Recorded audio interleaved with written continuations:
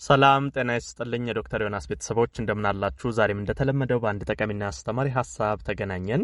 በዛሬ ፕሮግራም የምነግራችሁ በባዶ ሆዳችሁ በፍጹም መመገብ የሌሉባችሁን ምግቦች ይሆናል። በነገራችን ላይ ብዙ ሰዎች ባለማወቅ የተነሳ እነዚህ አሁን የምጠቅሳቸውን ምግቦች ጠዋት ከእንቅልፍ እንደተነሱ በባዶ ሆዳቸው እየወሰዱ ለተለያዩ ህመሞች ሲዳረጉ እያስተዋልኩ ነው። ከጨጓራ ጋር በተያያዘ፣ ከአንጀት ጤና ጋር በተያያዘ፣ ከአእምሮ ጤና ጋር በተያያዘ ከበርካታ የሰውነት ክፍሎች ጋር ተያይዞ በተለይ አሁን የምጠቅሳቸውን ምግቦች በባዶ ሆድ ጠዋት ላይ መመገብ ከፍተኛ ጉዳት ያመጣሉ። ስለዚህ እነዚህን ምግቦች ማወቅና ጥንቃቄ ማድረግ ይኖርባቸዋል ማለት ነው። በባዶ ሆዳችን መብላት የሌለብን ምግቦች ምንድናቸው? ምን አይነት ጥንቃቄ እናድርግ? መቼ ብንመገባቸው የተሻለ ነው? የሚሉትን ነገሮች ሁሉ አያይዤ እነግራችኋለሁ። አብራችሁኝ ቆዩ። ለቻናሌ አዲስ ከሆናችሁ ሰብስክራይብ አድርጋችሁ ቤተሰብ ሁኑ። ይሄን መረጃም ላይክ፣ ሼር አድርጋችሁ ብዙዎች ጋር እንዲደርስ ግንዛቤው እንዲኖራቸው እንዲማሩበት አጋሯቸው። በቀጥታ ወደ ሐሳባችን እንግባ። በመጀመሪያ ደረጃ ማንሳት የምፈልገው ቅባት የበዛባቸው ምግቦችን ነው። እንግዲህ ጠዋት በባዶ ሆድ ቅባት የበዛባቸው ምግቦች መመገብ የለባችሁም። ይሄ ነገር በተለይ እኛ ሀገር ላይ ኢትዮጵያ ላይ ብዙ ጊዜ ይተገበራል። ይሄ ቅባት የበዛባቸው ለምሳሌ አሁን ቁርስ ላይ በእኛ ሀገር ብዙ ጊዜ የተለመዱ ይሄ እንጀራ ፍርፍር፣ የተለያዩ ወጣወጦች እንዲህ አይነት ነገሮች በውስጣቸው ከፍተኛ ቅባት ይኖራቸዋል። አሁን ለምሳሌ እንጀራ ፍርፍርን ብንመለከት ከፍተኛ ዘይት ይገባበታል። በዛ ላይ ቅመማ ቅመሞቹ፣ በርበሬ እንደዚህ አይነት ነገሮች ይገባና ጠዋት ቁርስ እያለን በባዶ ሆድ እንመገባለን። እንደዚህ አይነት ነገሮች በተለይ ለጨጓራ ህመም፣ ለአንጀት የተለያዩ ህመሞች የመዳረግ እድላቸው በጣም ከፍተኛው ነው። ከዛም አልፎ ለስነ አእምሮ ችግርም ሊዳርጋችሁ ይችላል። ምክንያቱም በነገራችን ላይ ቁርስ ላይ የምትመገቡት ምግብ ከሙዳችሁ ጋር፣ ከስሜታችሁ ጋር፣ ከውሏችሁ ጋር ተያይዞ ትልቅ አስተዋጽኦ ያደርጋል። ጠዋት ላይ ቀለል ያሉ በፕሮቲን የበለጸጉ ጤናማ ምግቦችን ብትመገቡ ውሏችሁ ላይ በጣም ነቃ ብላችሁ ቀልጣፋ ሆናችሁ ይሄ ድባቴ፣ የመጫጫን ስሜት እንዲህ አይነት ነገር ሳይሰማችሁ ጥሩ አስደሳች የደስታ ስሜት ያለበት ውሎ እንድትውሉ ያደርጋል። በተቃራኒው በተለይ ቅባታማ ነገሮች፣ ይሄ የሚከብዱ ነገሮችን ቁርስ ላይ ብትመገቡ ከአእምሮ ጤና ጋር ራሱ ተያይዞ በጣም የመጫጫን ስሜት፣ የድብርት ስሜት ቀናችሁ ላይ ፍዝዝ ብላችሁ እንድትሉ ያደርጋል። ይሄ አእምሮ የመነቃቃት አቅሙ እንዲቀንስባችሁ ያደርጋል። ስለዚህ ለጨጓራችሁ፣ ለአንጀታችሁ፣ ለአእምሮአችሁ፣ ለአካላችሁ በአጠቃላይ ጤና ስትሉ በተቻለ አቅም ጠዋት ከእንቅልፍ እንደተነሳችሁ ይሄ ቅባት የበዛባቸው ወጦችን ሊሆን ይችላል፣ በዘይት የተጠባበሱ ነገሮች ሊሆን ይችላል።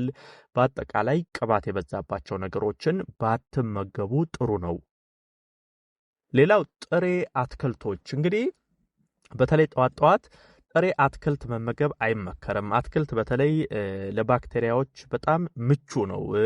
በተለይ ደግሞ በደንብ ታጥቦ በጽዳት ካልተዘጋጀ ባክቴሪያ በቀላሉ በባዶ ሆድ ወደ አንጀታችሁ በቀላል እንዲገባ ያደርጋል። በአንጀታችሁ ስር ከፍተኛ ጉዳት ሊያመጣ ይችላል። እሱ ብቻ ሳይሆን በውስጣቸው ያሉ ነገሮች በአጠቃላይ በተለይ እንደነ ቲማቲም ያሉ ነገሮች ጠዋት በባዶ ሆድ መመገብ የለባችሁም። ሌሎችም ጥሬ አትክልቶች እሳት ያልነካቸው የአትክልት ዘሮችን ብትችሉ ምሳ ላይ ነው መመገብ። በነገራችን ላይ አትክልት ለሰውነት በጣም ጠቃሚ አስፈላጊና መመገብም ግዴታ ነው። ነገር ግን ዋናው ሰዓቱ ነው የሚወስነው።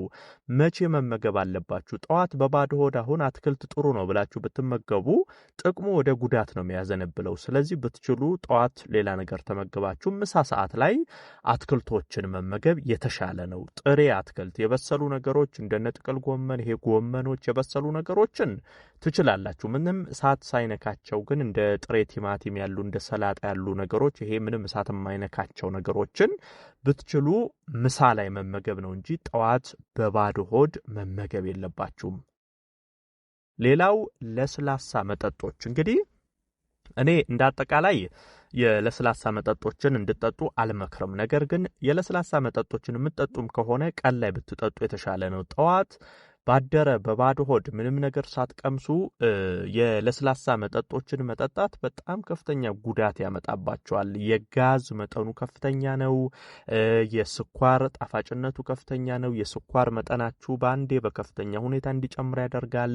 የጋዝ ይዘቱ ደግሞ ለጨጓራ ህመም፣ ለአንጀት ህመሞች የመዳረግ እድሉ በጣም ከፍተኛ ነው። ስለዚህ በተቻለ አቅም ብትችሉ የለስላሳ ነገሮች የሚታሸጉ ነገሮችን እኔ እንድትጠቀሙ ብዙ አልመክርም። ከወሰዳችሁም ግን ቀን ላይ እንደው ምሳ ሰዓት ላይ ከምሳ በኋላ እንደዚህ ብትወስዱት የተሻለ ነው እንጂ ጠዋት በባዶ ሆድ ለስላሳ መጠጦችን መውሰድ ማለት ይሄ በራስ ላይ ከፍተኛ ጉዳት ማምጣት ነው። ስለዚህ ይሄንንም ማድረግ የለባችሁም።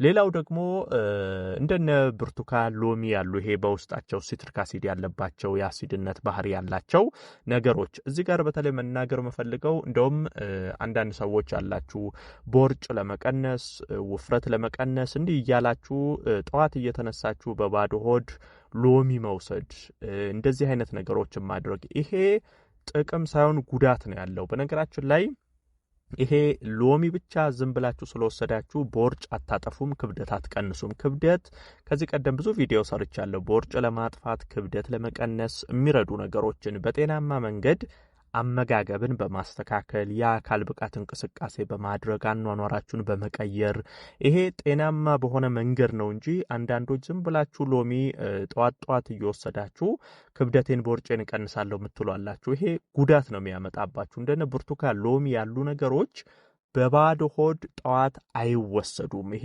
በውስጣቸው ያለው በተለይ ሲትሪክ አሲድ ለጨጓራችሁ ጥሩ አይደለም፣ ለአንጀታችሁ ጥሩ አይደለም። ከፍተኛ ጉዳት የጨጓራ ቁስለት በኋላ የአንጀት የተለያዩ ችግሮችን የማምጣት አቅሙ ከፍተኛ ነው። ስለዚህ ብትችሉ እንደነ ሎሚ፣ ብርቱካን ነገሮችን የምትጠቀሙ ከሆነ ከምሳ ሰዓት በኋላ ምሳ ተመግባችሁ 30 ደቂቃ 1 ሰዓት ቆይታችሁ ከዛ በኋላ ፍሩቶችን ብትወስዱ ተገቢ ነው። ግን በባዶ ሆድ እንደዚህ አይነት አትክልቶች አይወሰዱም።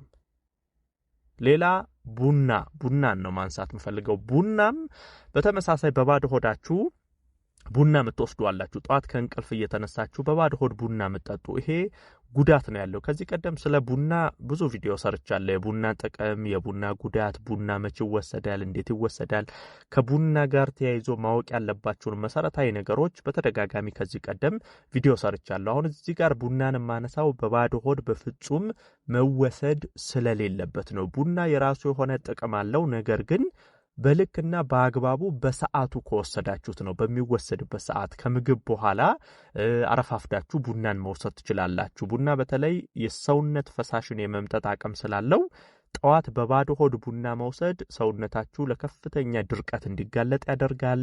ለጨጓራ ህመም እንድትጋለጡ ያደርጋል። ተያይዞ የሚያመጣቸው ጉዳቶች አሉ። ስለዚህ ቡናንም በባዶ ሆድ አትውሰዱ። እንግዲህ እንዳጠቃላይ በተለይ እነዚህ አሁን የነገርኳችሁን ነገሮች ጥንቃቄ ማድረግ አለባችሁ። ጨጓራችሁን፣ አንጀታችሁን፣ አጠቃላይ ሰውነታችሁን፣ ጤናችሁን ለመጠበቅ በባዶ ሆድ እነዚህን ነገሮች አትጠቀሙ ማለት ነው። ይህን መረጃ ላይክ፣ ሼር አድርጋችሁ ለሌሎችም አጋሩ። ለቤት አዲስ የሆናችሁም ቻናሌን ሰብስክራይብ አድርጉና ቤተሰብ ሁኑ። የዛሬን በዚሁ አበቃው። በቀጣይ ቀን ሌላ እንደዚሁ ይጠቅማል፣ ያስተምራል የምለውን ሀሳብ ይዤላችሁ የምንገናኝ ይሆናል። እስከዛው በያላችሁበት መልካም ጊዜ